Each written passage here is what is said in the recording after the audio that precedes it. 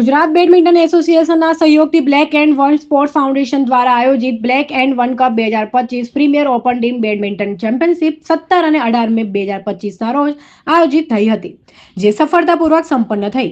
આ ટુર્નામેન્ટમાં 16 ટીમોએ ભાગ લીધો હતો, જેમાં ફાઇનલ મેચ રવિવારના રોજ અમદાવાદ રોકસ્ટાર અને મુંબઈ રાઇઝર્સ વચ્ચે યોજાઈ હતી। આ મેચમાં મુંબઈ રાઇઝર્સની ટીમ વિજેતા બની।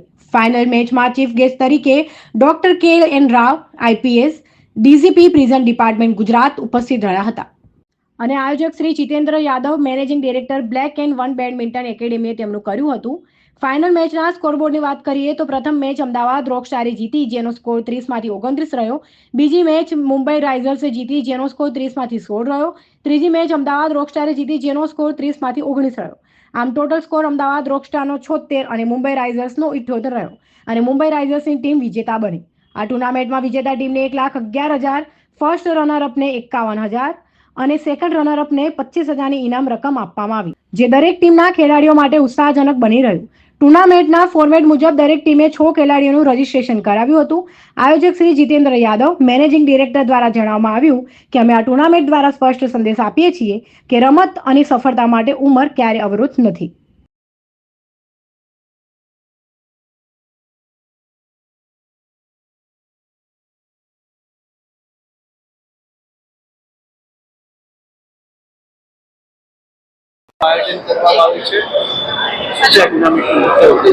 મારું નામ જીતેન્દ્ર એમ યાદવ છે।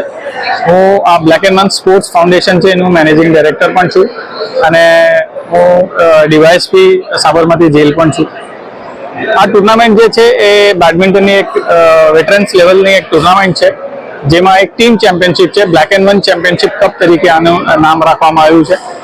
આ ટુર્નામેન્ટની અંદર જે ટીમ બનાવવાની લાવવાની છે એમાં 3 પેયર છે, જેમાં 75 પ્લસ એટલે 2 પ્લેયરની એજ મળીને 75 પ્લસ, તેમજ 85 પ્લસ અને 95 પ્લસ આ પ્રકારની 3 પેયર રમાડવામાં આવશે, જે 30-30 પોઈન્ટની મેચ રમશે, જેમાં સૌથી વધારે પોઈન્ટ જે લેશે એ લોકો આ ટુર્નામેન્ટ જીતશે। આ ટુર્નામેન્ટમાં ટોટલ 100 પ્લેયરોએ ભાગ લીધો છે, જેમાં બહારથી બોમ્બેથી એક ટીમ આવી છે, બરોડાથી 4 ટીમો છે, સુરતથી એક ટીમ છે, રાજકોટથી, જામનગરથી, અમદાવાદ, ગાંધીનગરથી આ પ્રકારની ટીમોએ પાર્ટિસિપેટ કર્યું છે। આમાં કુલ એજમાં સૌથી વધારે એજ 62 યર્સના પ્લેયરે પણ આમાં પાર્ટિસિપેટ કર્યું છે।